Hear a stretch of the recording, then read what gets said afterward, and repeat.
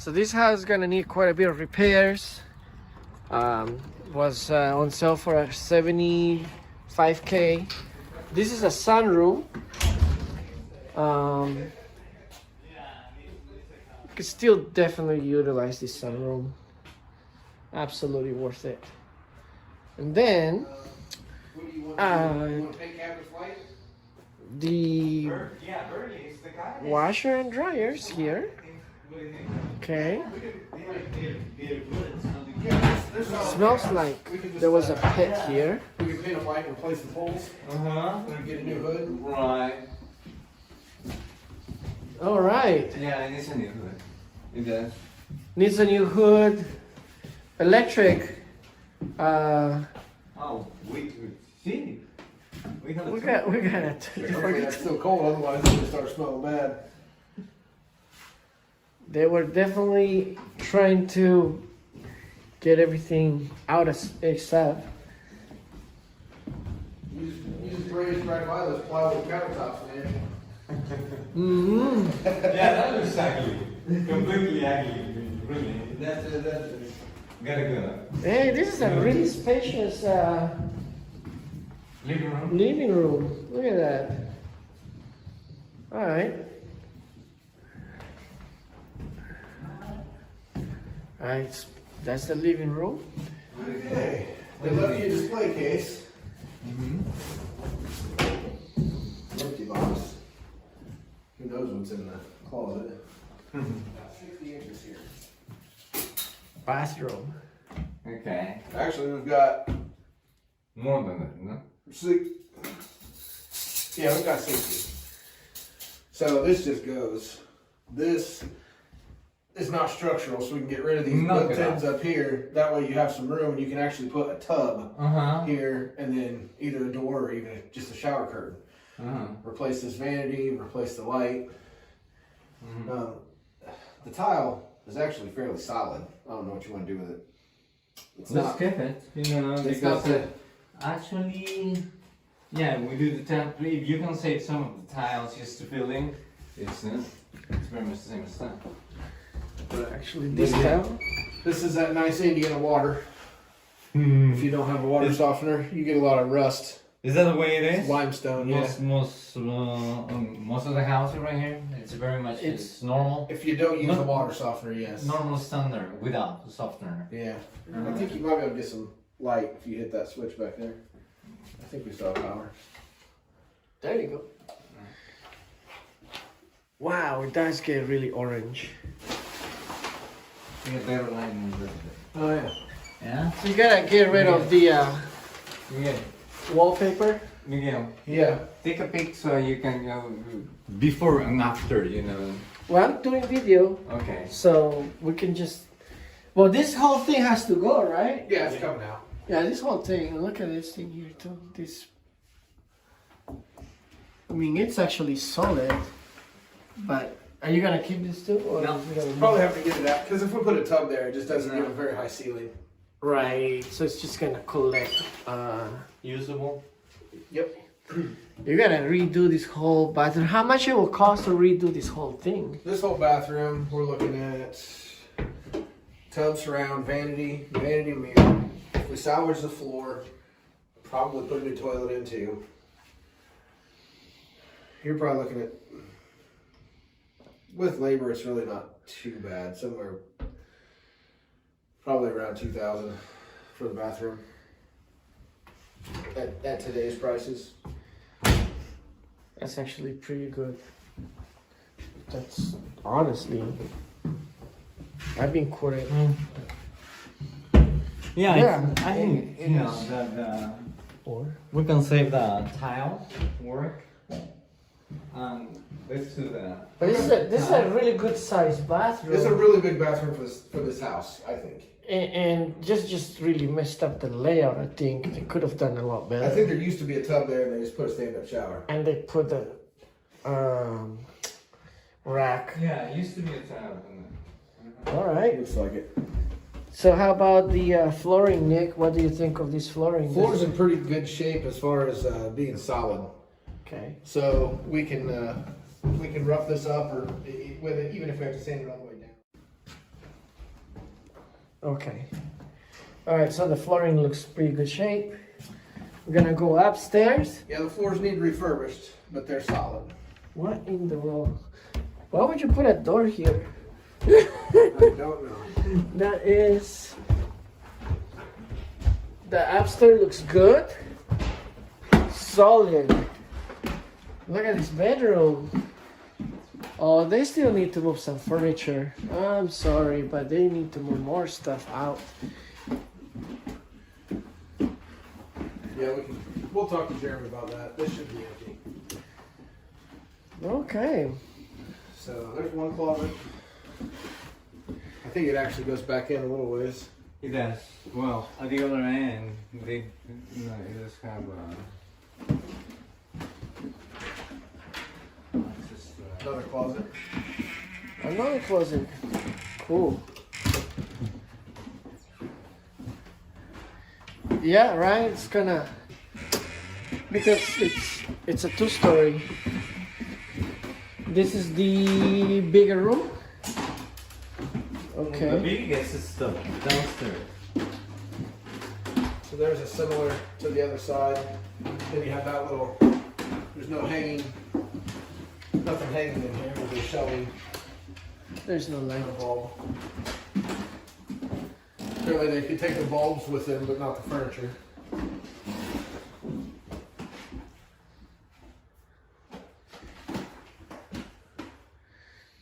All right. So you got 2 rooms upstairs, 1 room downstairs.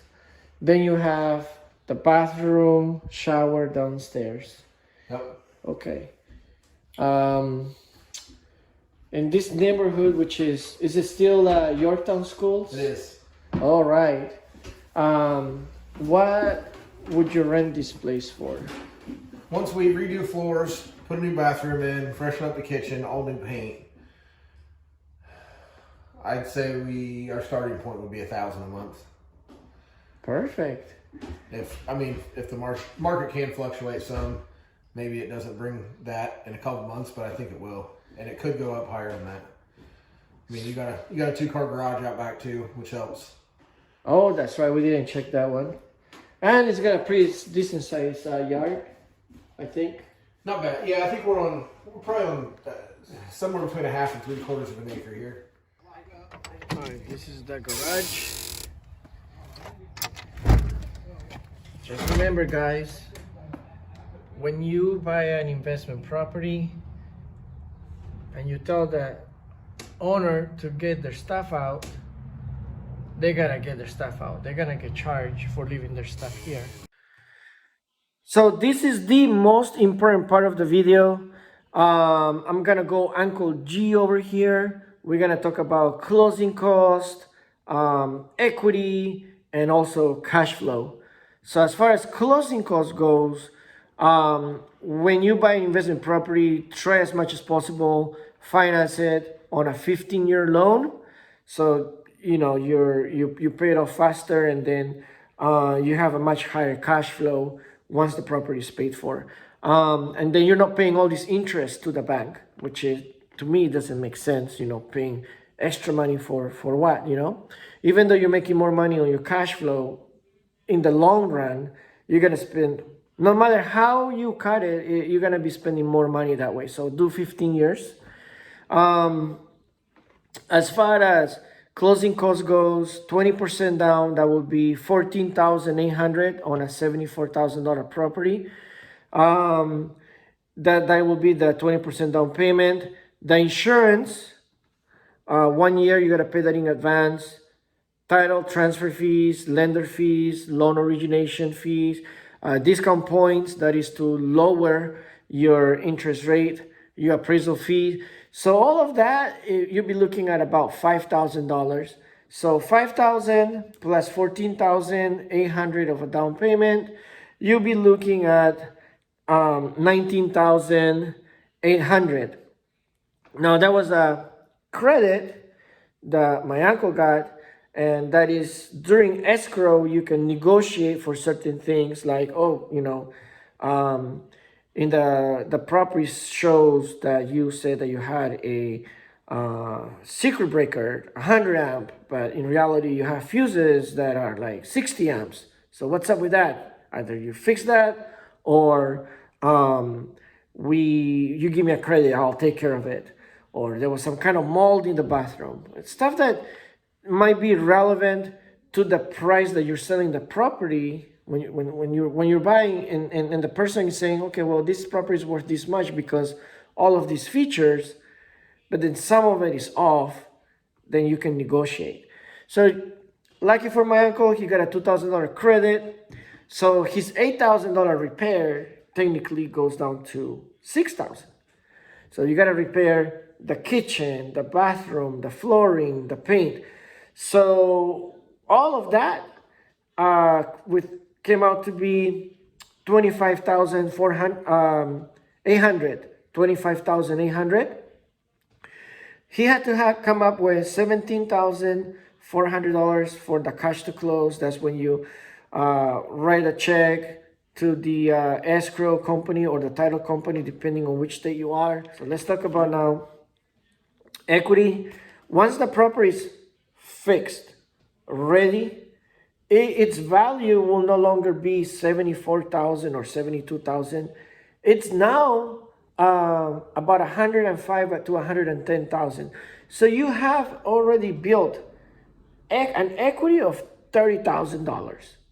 So in a matter of a couple of months, you just made equity $30,000. If you were to sell the house and cash the money out, your investment that you paid, your $5,000 for closing costs, and then when you sell it, there's a 6% closing cost attached to it because you gotta pay your agent. You're still gonna get your money back plus anywhere between $16,000 to $18,000, which is not that bad. But honestly, I do this just for the cash flow. So this is the best part. My rule is to make at least $185 per rental property as far as cash flow goes. If something goes wrong with, like, let's say they need to replace a light bulb or the garbage disposal, it's bad, and then I have to send somebody to fix it.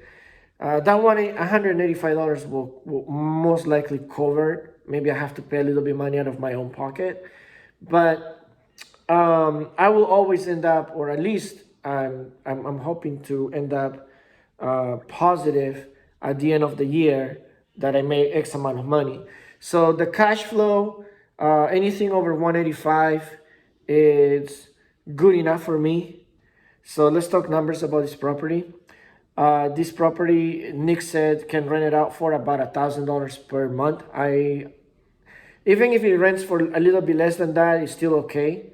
But let's just say we find somebody that desperately needs to live in that property. By the way, there's hardly anything for rent in that area, so you will get what you're asking: $1,000 per month. For rent. Now you're looking at your principal and interest is $412 per month.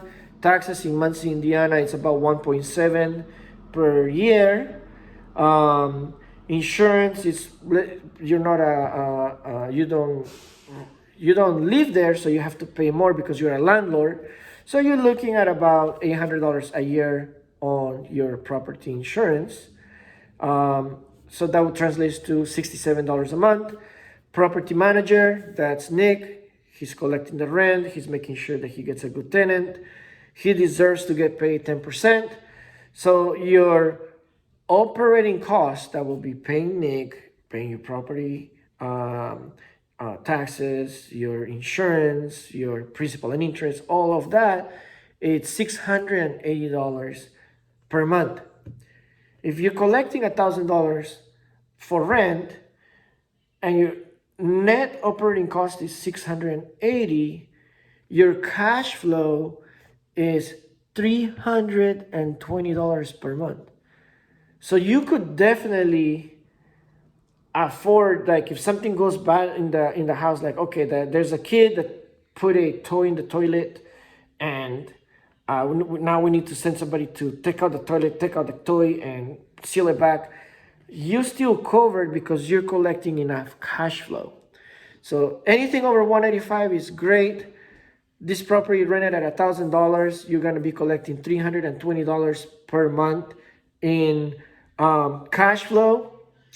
It's a no-brainer. So congrats to Uncle Gus. Great job on finding this property. Well, actually, and if you haven't done so, please like and subscribe. Thanks. I'm going to take this section out, make this a freestanding cabinet, and this a freestanding cabinet, and throw an actual range in here. I mean, obviously you have to buy the range, but yeah, we're right electric one. we're right at 30. And then you can get rid of that.